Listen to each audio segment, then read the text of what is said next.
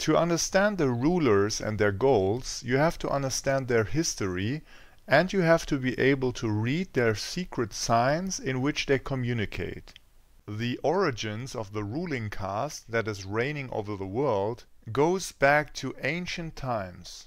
In ancient Egypt, there were once two competing pharaoh kingdoms, Upper Egypt and Lower Egypt. The pharaohs saw themselves as descendants of the sun god. That's why they only married each other so that they won't mix with non-godly beings. Their royal houses were called the White House and the Red House, because one had a white crown and the other had a red crown. The two kingdoms were always at war with each other, but one day they made an alliance. They combined their two kingdoms and also combined the two crowns into one red-white double crown and promised each other to conquer the world together. Because they only procreated within their own family, that resulted in genetic malformation and their offspring was not viable. Out of the necessity to crossbreed with others, an insidious strategy of infiltrating other peoples arose. They crossbreed with the enemy people, which after 5 generations leads to them being indistinguishable from them and thus unrecognizable as strangers. Then they take over the power structures of this people, government, religion, media, and so on, and weaken and destroy them from within. The rulers and all crucial positions of power are occupied by their relatives, and so they have full control over society. In order to recognize each other, they use a multitude of secret signs. One of these signs, for example, is the obelisk. It stands for the phallus, the center core of their strategy. On a side note, a genetic feature of the pharaohs is often a very hairy chest with men. The very first victim of this strategy were the Hebrews. Remember the Bible where the pharaoh enslaved the Jews and killed their children? The Jews became completely infiltrated and controlled, wherefore they were since perceived by the other peoples as the origin of many conspiracies. Under the cloak of the Jews, the pharaohs conspired and step by step pushed forward their plans for world domination. And later the Jewish diaspora spread the pharaohs all over the world. In Europe they founded knightly and religious orders like the Maltese order, the Hospitaller, the Jesuits, or the Knight Templars. Their power structures secured them the position as the ruling caste, namely the nobility. So the nobility are the descendants of the pharaohs, who are the monarchs, the knights, and other important high figures in society. The banking system and taxation also have their roots in these structures. They enforce their crossbreeding strategy by law too. The nobility had the so-called ius primae noctis, droit du seigneur, which allowed the seigneur to sleep with every bride in their honeymoon night. This way the family genes of the pharaohs spread far. According to DNA analyses, over 50% of the population of Switzerland are related to them. To protect themselves, the nobility built castles and palaces from where they could reign well protected and where their treasures were safe. The military were knights and mercenaries.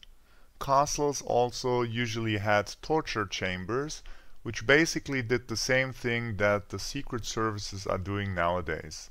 Make people disappear and gather information. And from these power structures the kingdoms arose, which later became the national states. You can still see the 3 colors of the pharaohs in many national flags. The so-called tricolor, red and white for the 2 kingdoms, and blue for the pharaonic war crown. This is also where the term blue-blooded for nobility comes from. Of course, there were many more descendants of the pharaohs than positions for ruling a kingdom. Who should be the ruler then? That went according to an old law of descendants called the primogeniture. That is the right of the firstborn to succession and heritage. All other descendants go away empty-handed and have no right to the throne. That resulted in inheritance disputes, even murders and poisonings within the family. And to avoid that, the non-heirs were put into monasteries. So the descendants who weren't going to be a monarch became knights and monks in the monasteries. And they lived a life of poverty in the beginning. Dissatisfied with their relatively poor conditions compared to their relatives, they got together to organize a great raid. They spread Christian propaganda with the Europeans and together with them attacked the Orient. They robbed the treasures of Jerusalem and brought them to their new treasury, Switzerland. Swiss is Egyptian and means Sister Isis. The last crusade was on May 18, 1291, and there the last bastion of the Templars fell in the Battle of Acre.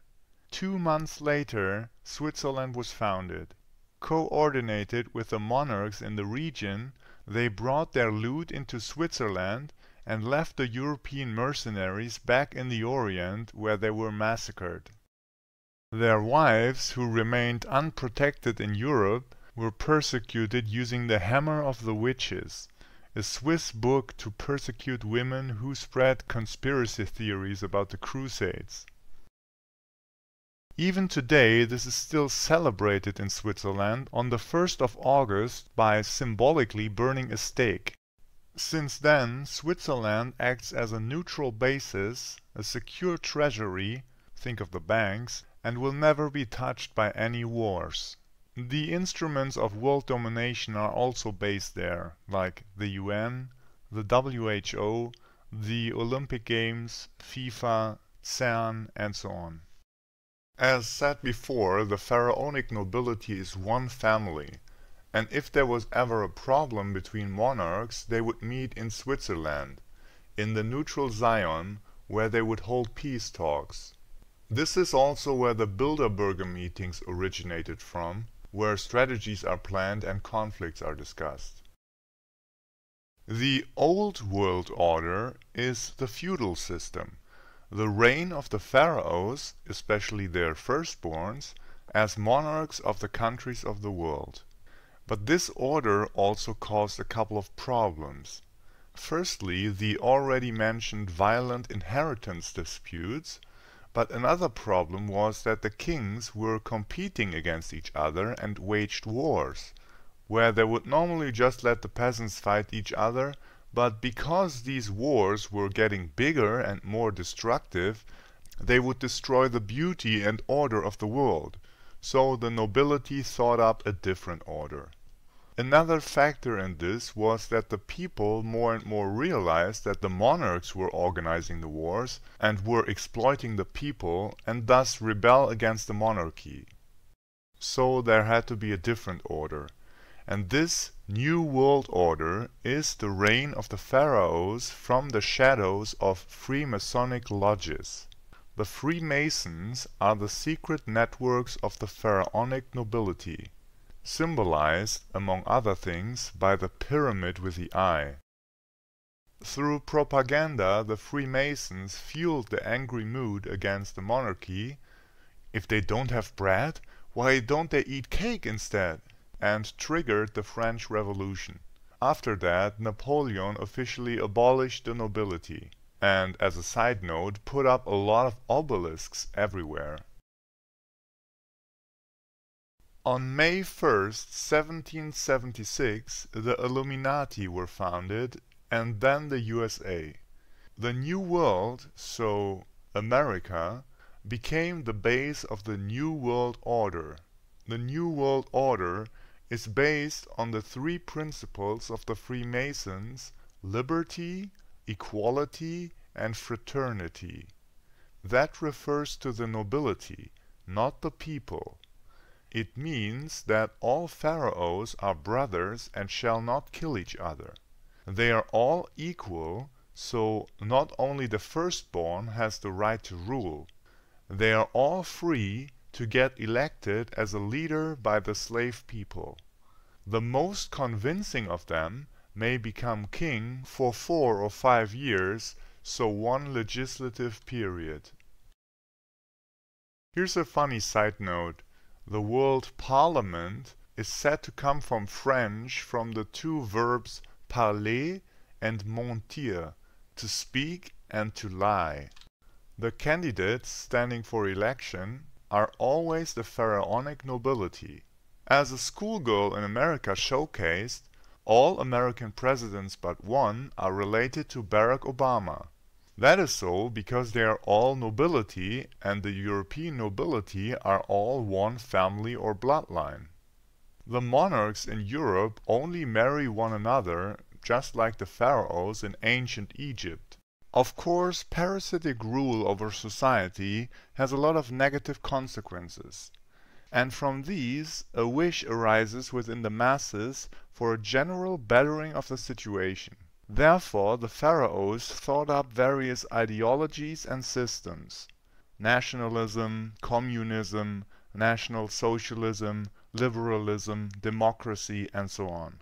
These are all constructs by the pharaonic rulers. The leaders of these systems are always controlled by the same ruling caste. And globalism, that is basically the united world domination by the pharaohs under one system. To this day, the descendants of the pharaohs enjoy showing the cult objects of their ancestors, like pyramids, obelisks, or Egyptian gods. And to being able to read these symbols, let's have a look at them. Welcome to the second part of the video. In the first part, we took a look at the rulers and their history. And now in the second part, let's look at their secret signs. Let's begin in ancient Egypt and with the pharaohs. The two pharaonic kingdoms, Upper and Lower Egypt, are represented by the two colors of red and white, which were derived from the colors of the pharaonic crowns. Here we see both crowns, the Lower Egyptian red crown and the Upper Egyptian white crown. They stand for the red house and the white house. These are the pharaonic royal houses. At the bottom you see the double crown. After forming an alliance, the two crowns merged into this double crown of red and white. But there was also a third crown, which was only put on during the war, the blue pharaonic war crown. This is how it looked. This is also where the idea for the UN blue helmets comes from. And that is also the reason why the regular American flag, the civil flag, has only white and red, and the war flag has blue on it. Blue stands for the war. These three colors, red, white, and blue, are the origin of the tricolor, which you will find in many national flags. Then another side note about the pharaohs of the Bible who were swallowed by the sea. It's not meant literally like the ocean, but that means that they disappeared into the sea of the peoples through the crossbreeding strategy. Alright, then we have the pyramids. The pyramid is of course a symbol of the pharaonic rule of Egypt. Here we have the glass pyramid in France in the Louvre. This one here is in the USA in Las Vegas with a sphinx and an obelisk. And this one is in the USA in Memphis, which by the way is an Egyptian city name. And here's one in Karlsruhe, Germany. And this is a small one in a garden of a Swiss monastery. And the pyramid also exists as a house decoration. For example, this here shows pyramid followers, and here it's all over the door frame. And this house here is really full of pyramids. It cannot be any more blatant. Then we have the obelisk. An obelisk is a stone sculpture that consists of a long square prism that tapers upwards and has a pyramid on top of it. This pyramid often comes in a different color, or it can also be shiny. The obelisk stands for the Egyptian god of fertility and masculinity. It shows the circumcised phallus. The smaller tip is the circumcision, an old pharaonic tradition. The god of fertility is also the god of death. His name is Osiris, and in hieroglyphs he is written with a single eye. There's also another fertility god called Amun. His hieroglyph is the obelisk. The obelisk also stands allegorically for the strategy of genetic infiltration, which uses the phallus as a weapon. The obelisk, representing masculinity or Osiris, often comes together with a water symbol, which stands for femininity or the goddess Isis. That can be a pool of water or a fountain, for example. The obelisk is also used as a gravestone for pharaohs. Here we see a Jewish cemetery with many obelisk graves. And here, in contrast to that, the Hebrew graves with those little stones on top. Let's look at some examples. Here we see Washington, D.C., the capital, and in the back the obelisk. And here we see a model for the city Germania from the Third Reich. You see a pool of water and two obelisks, but there are also small versions of obelisks. Here we see an obelisk as a fountain with a bud on top, and here's an obelisk with a globe on top and a basin. Here's another obelisk, and in the back you see the triangle of the Freemasons. Here's another obelisk with a globe and a basin. Then here's an obelisk with a globe on top and the Federation symbol. This obelisk stands on 4 spheres.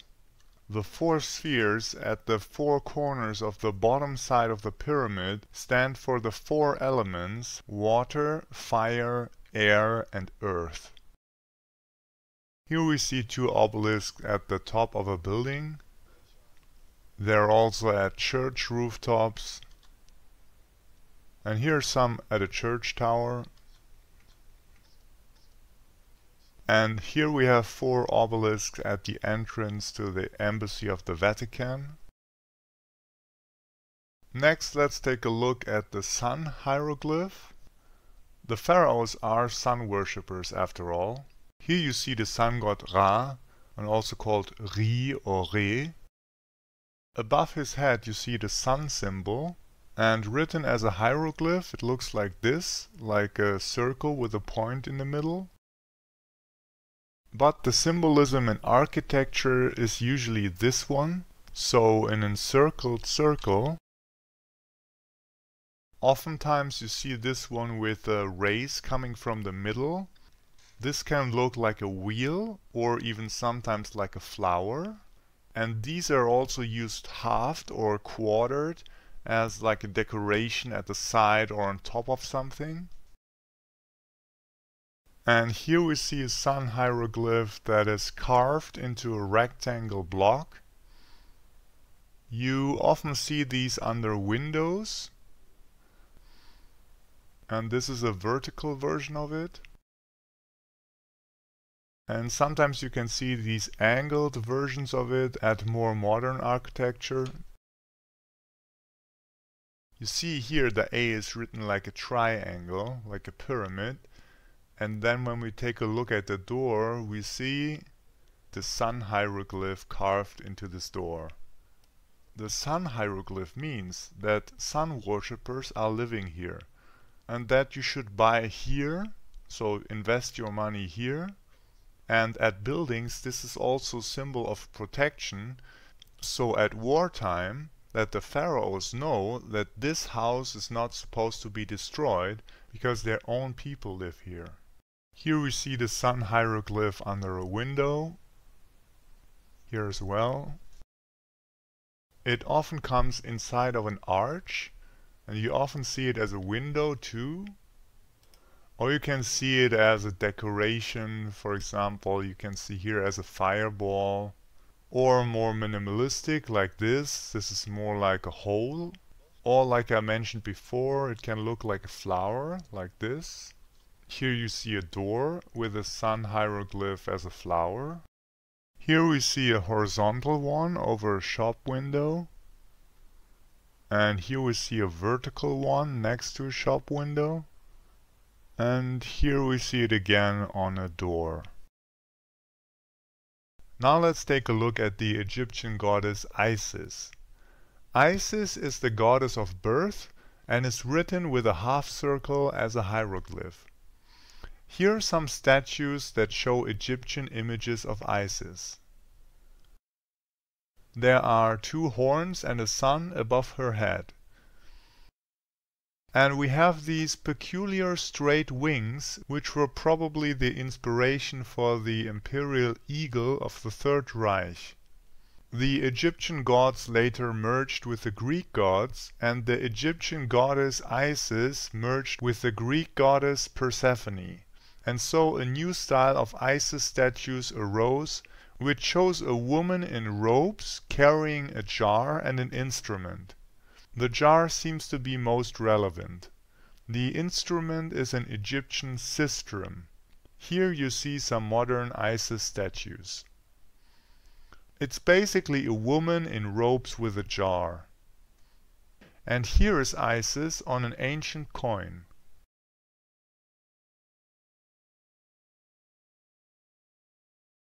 Next we have the Egyptian god of wind and fertility, Amun. Amun like in Tutankhamun.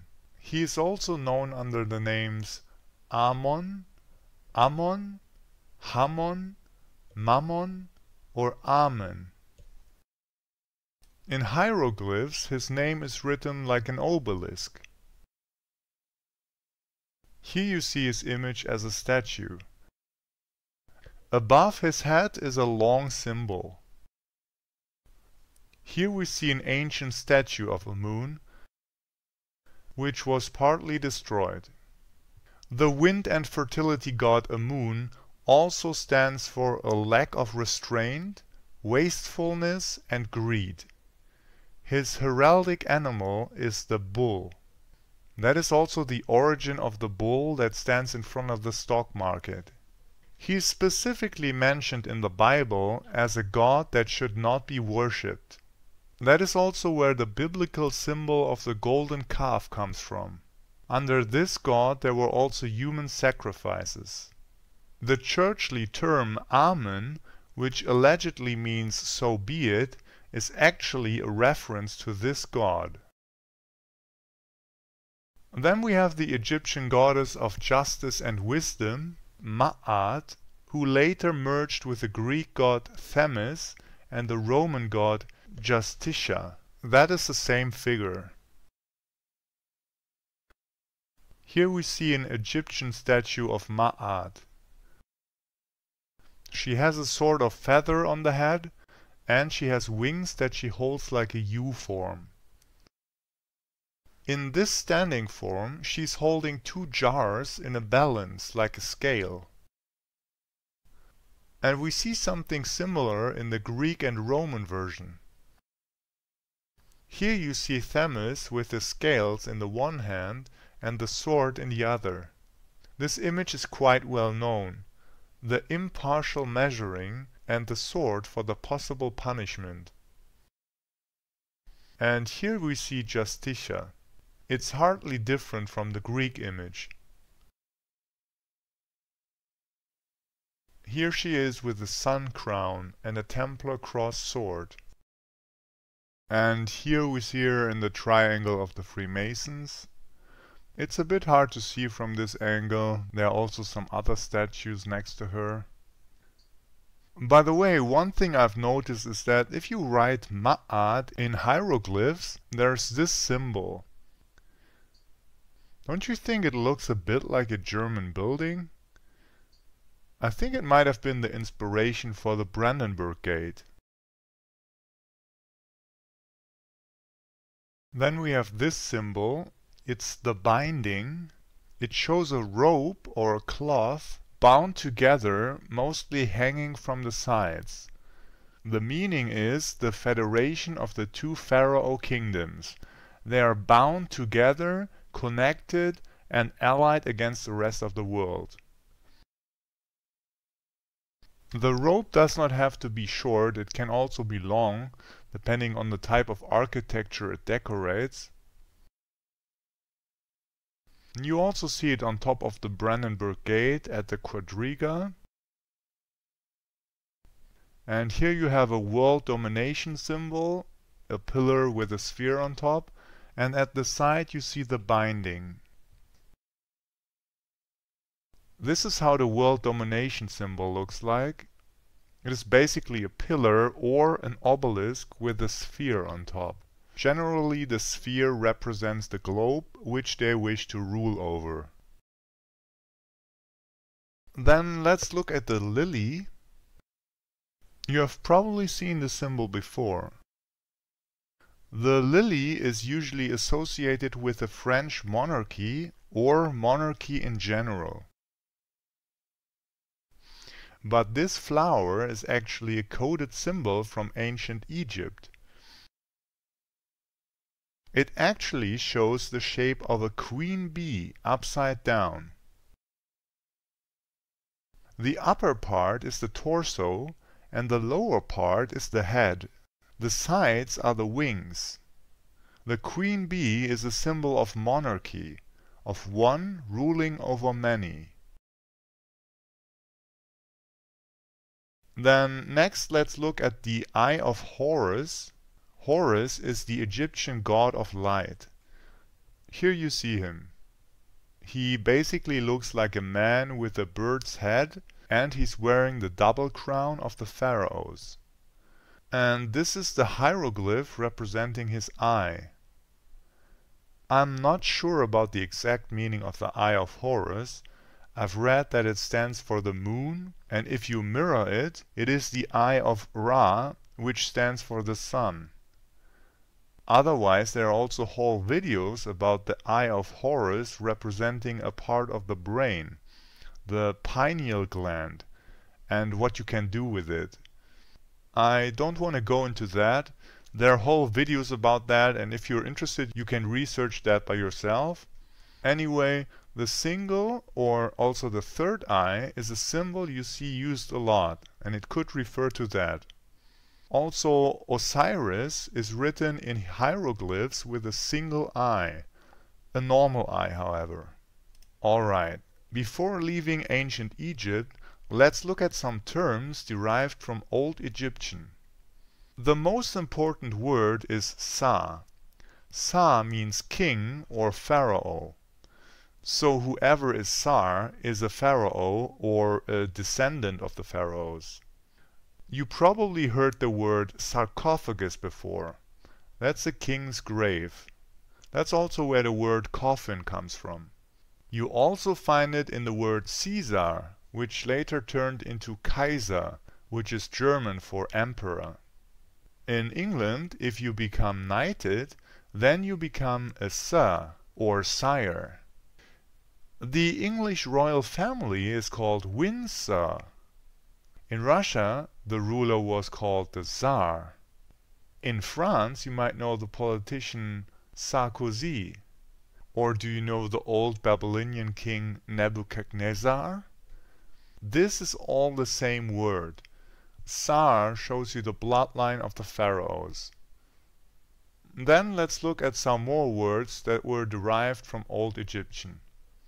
Swiss comes from Suis, which comes from Sui Isis, which means Sister Isis. Then we have Israel.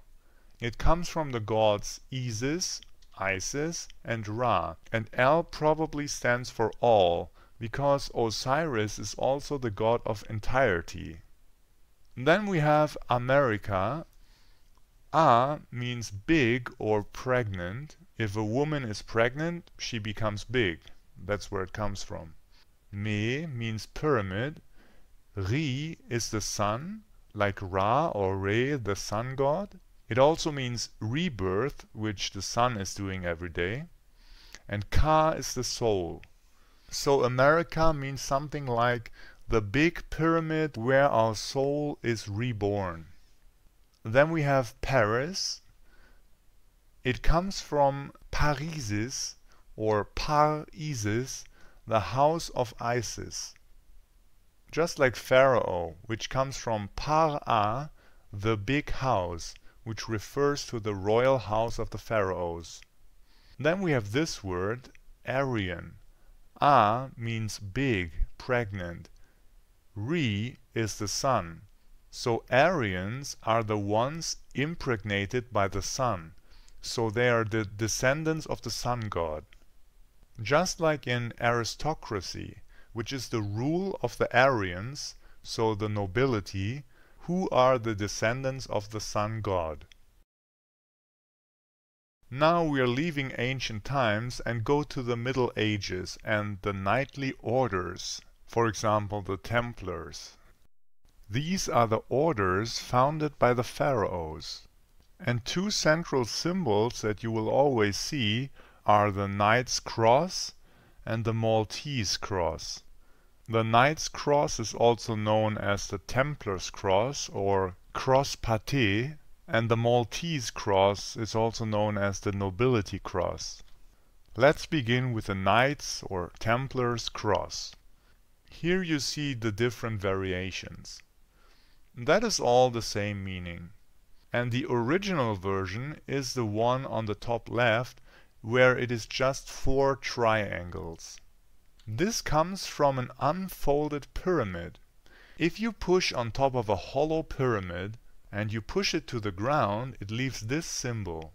And the other crosses are just rounded or thin versions of that. Here you can easily see the sides of the pyramid. And this cross is often used as military decoration. Here you can see an iron cross from the German Empire. And here you can see an iron cross at a uniform from the Third Reich. And this is an iron cross from the Second World War. It is also still used as a symbol of the Bundeswehr, the army of current Germany. You also find it on the king of a chess game. And as said before, this is a cross of orders. Here you can see it on the Templars' altar. The Templar Knights were the ones doing the crusades, and this red cross on white ground is a cross derived from the same origin. Here we see it again as the 4 sides of the pyramid. And if we connect the outer edges here and invert the colors, then we come to the other cross, the Maltese cross, or cross of nobility. That is the one that the monarchs are wearing on their uniforms. Here you can see an example. In the corners you see the lilies. This is the same cross that the Hospitalis and the Maltese order are using, of course in white and red. Here we see it as a badge. And here we see it on a cowl. And here you see several badges and decorations of cross pate and nobility cross. Let's have a look at some emperors. This is William II of Germany. You can see the cross of nobility hanging from his neck. And here we have Louis II. He's also wearing the nobility cross and some other decorations. And you can also see the binding on the left and several sun symbols. Then here we have a crucifix. We can see Jesus Christ hanging from a cross. you see a cross pâté in every corner and in the middle. And in the background, in the middle, you see a sun. The minimalistic version of the Templars cross is a Swiss cross, which is just a plus in red and white. Just like the red cross, which is an inverted version of the Swiss cross. Next, let's take a look at the lion, which equals the Sphinx. The Sphinx is a huge ancient Egyptian stone statue with the body of a lion and the head of a pharaoh. The Sphinx stands for the pharaonic royal family, and the lion is a symbol of royal dignity. The lion is an animal from northern Africa and the Middle East, which never naturally existed in Europe, and this is one symbol that the pharaohs used to recognize each other. For example, the lion is used as a coat of arms in England, and you also see lions on the sides holding an emblem or a coat of arms. You also see the lions used as stone statues, for example at entrances where left and right of the entrance is a sitting lion. Here we see a lion statue in Madrid holding a sphere representing the globe. Here you see a statue with the same motif in St. Augustine. And here we have a lion from Vienna holding a shield or an emblem. And even in East Asia we see lion statues left and right of royal palaces. And next we have the symbol a bud. This can also be a pine cone, I think. And it looks a bit like this. And it means that our seeds are here. So the descendants of the pharaohs are multiplying here. Here you see a couple of examples with this peculiar surface. And the form is a bit like a breakfast egg. Here it is with a pillar and two wings and a sun hieroglyph on top. And this one here you can see in the Vatican. And then the next symbol has a similar meaning. The goblet, or also known as the Holy Grail. The latter has been used in movies a lot, like the Templars searching for the Holy Grail. And the goblet, or the Holy Grail as a symbol, means our blood is here. So quite similar to the bud. Here we see a couple of examples.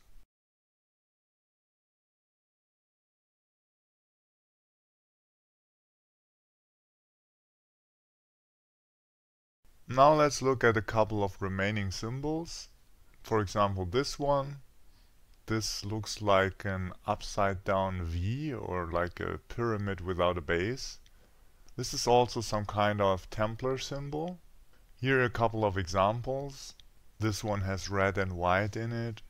And because of this symbol, the V also stands for the Templars. This is also the reason for Churchill's victory sign. And then we have this symbol. This is the seal of the Templars. It stands for the poverty that the knights and the orders had in the beginning. So you see they're sharing a horse with two people because they were not the ones who became monarchs. Then we have the octagon. An octagon is a polygon with 8 sides. And when you take a Swiss cross and connect the edges, then you get an octagon. And the octagon is a reference to the Templars' chapels, which were always rounded at the end, or to be more precise, had an octagon shape. You can see it here on the draft, and also here in the roof. And this here is a Templar symbol. It looks a bit like a W, but if you look closely it looks more like 2 V's inside of each other, and they form a third V on top. And the V here is said to represent Vav, which is the Hebrew number 6, so that this forms the symbolic number 666. You also find this symbol in the Volkswagen logo and also in the Wikipedia logo. And finally, let's look at the Freemason symbols. And probably the most important Freemason symbol is the isosceles triangle, or the triangle of the Freemasons. In architecture, this often looks like this. This also exists with a circle or eye inside. And also in this form, where the bottom line is missing and goes to the left and the right instead. And this one is also a very famous combination here with the two pillars, referencing the Freemason temple. It's basically the same meaning. So let's look at some examples. Here we see a couple of triangles of the Freemasons at house facades.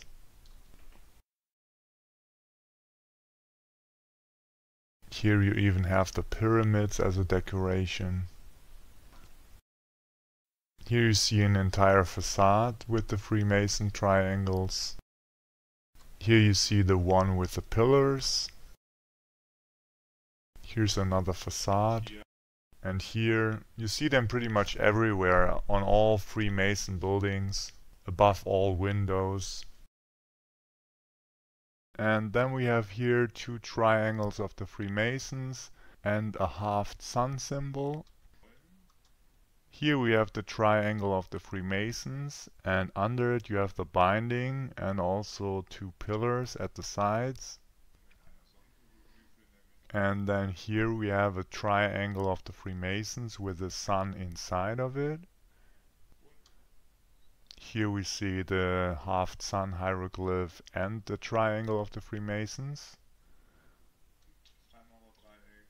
And here you can also see that inside the triangle of the Freemasons there's sometimes a gap where they place a certain symbol. This one is probably the Grail. Here we can see a triangle on a door, and below it is the sun hieroglyph and two pillars at the sides. Here we see the triangle of the Freemasons with the bottom side open, and inside of it there's some kind of emblem. And here's another one. And here we see the triangle with the eye inside. And here we see one where inside of the gap there's an obelisk, and the obelisk is wearing the binding. And on top there are also some pyramid decorations.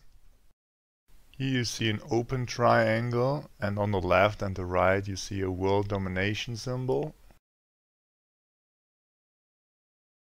Here you see a grave with the triangle of the Freemasons, the binding and the two pillars.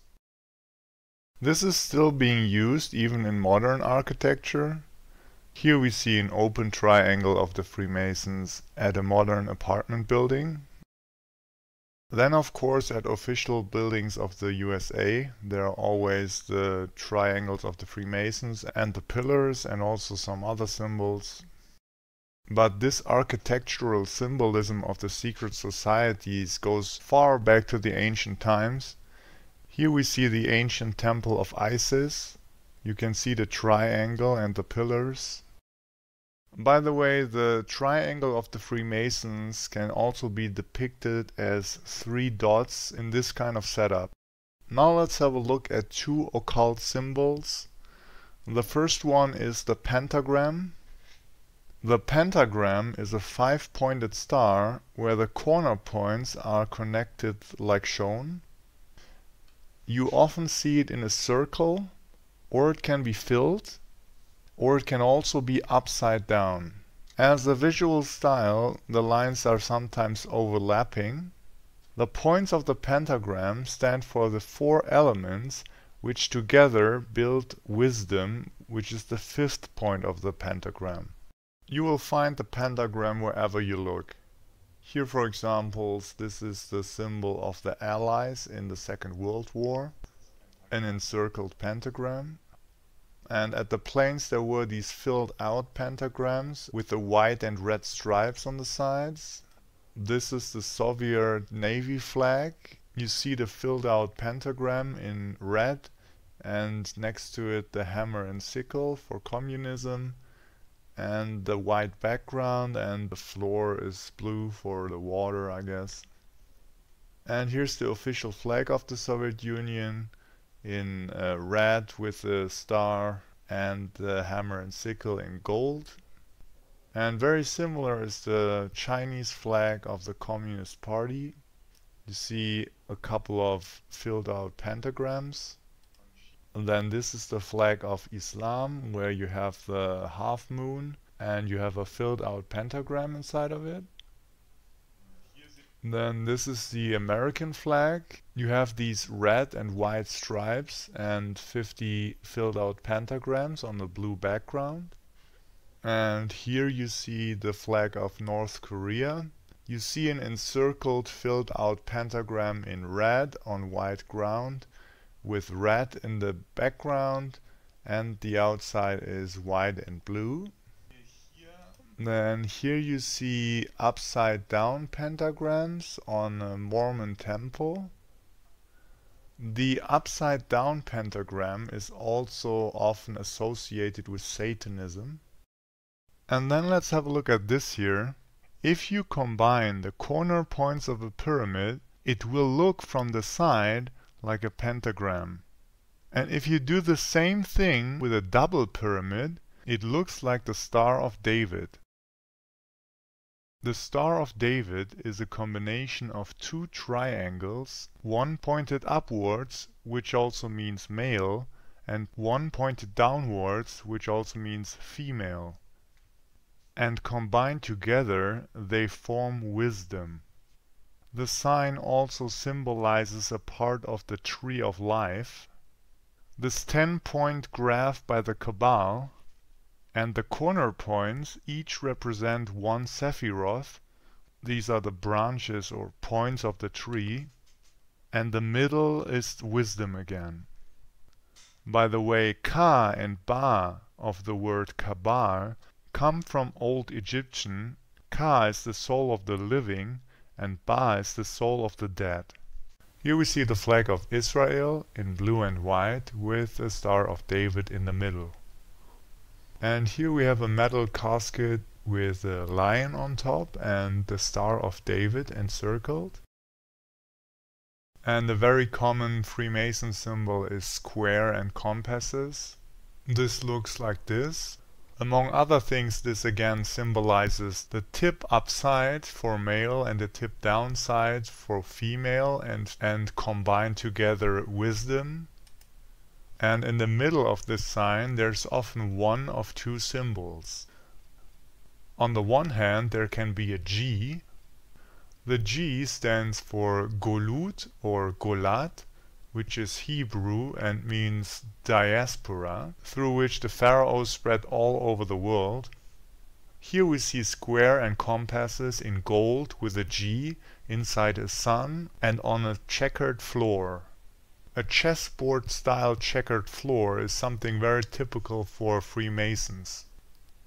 And then here we have George Washington with a Masonic apron on which you can see square and compasses with the G in the middle, and above that there's a single eye on the apron, and that is the other symbol that is often inside the square and compasses, which is the single eye or the all-seeing eye. Here we see it again. Or here inside the G. The all-seeing eye is also often portrayed inside of a pyramid, and it often emits rays like so. Here in architecture, and here from the dollar bill. And here it is inside the Star of David emitting rays. And then next we have the Masonic apron. Freemasons in the rank of a master wear this apron in front of their crotch in ceremonies. On the picture you can see a blue Masonic apron. You can also see 3 dots symbolizing the triangle, which look like little suns.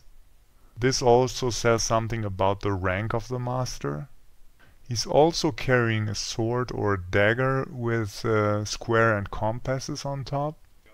And on the left side you see he's holding a human skull, and that also has a symbolic meaning. The Masonic apron can also be red. This also has the 3 dots, and in the bottom you have skull and bones. Basically the Masonic apron looks like an envelope.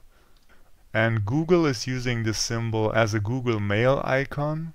And this is not surprising because Google is Freemason.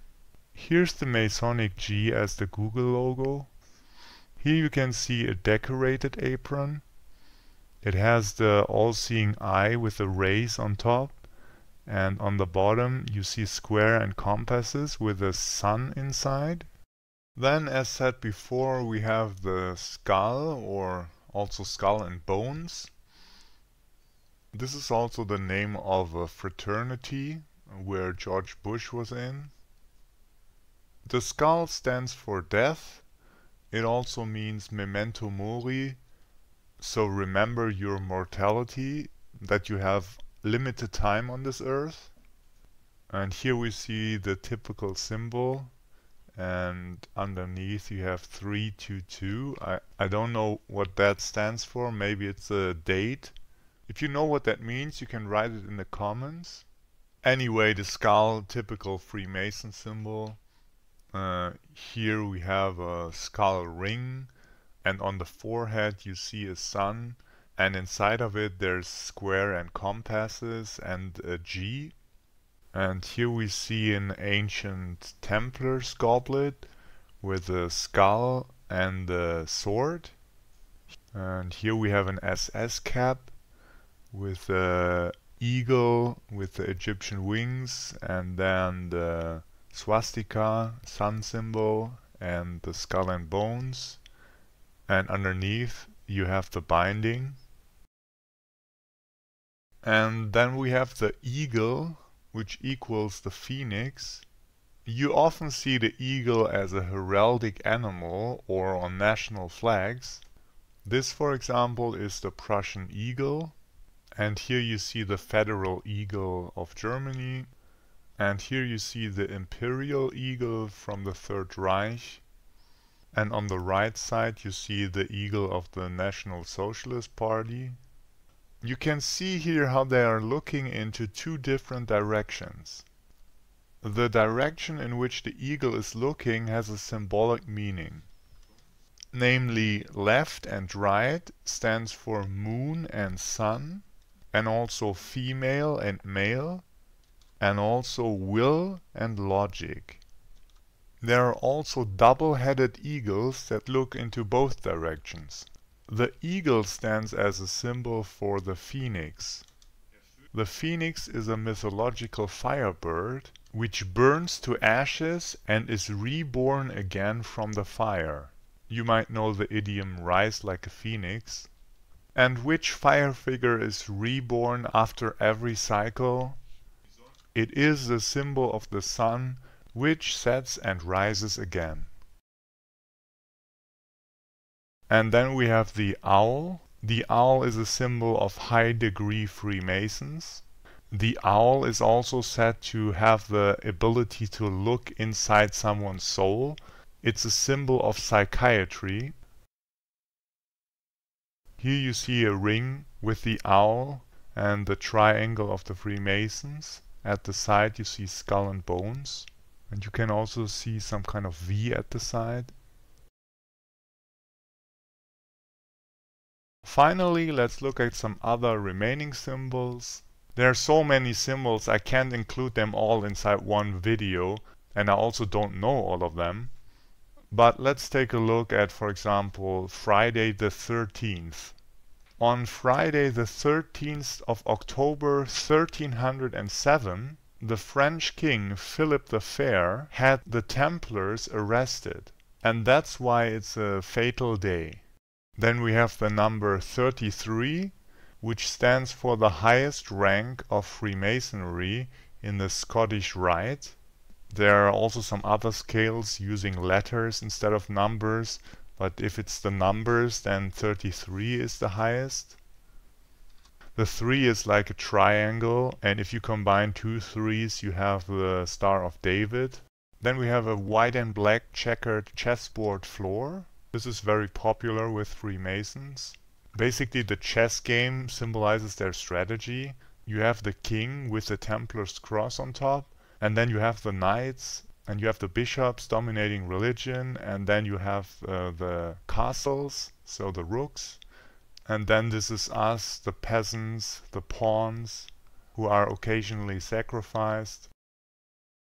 Then the next symbol we have is getting photographed or painted with a hand in your jacket like this. That means they're Freemasons. There you have, for example, Stalin or Marx or Napoleon. That just means they're part of the club. Here we have Frederick Bartholdi. That's the creator of the Statue of Liberty. He was also one of them. And here again you see the tricolor for the 3 colors of the pharaohs.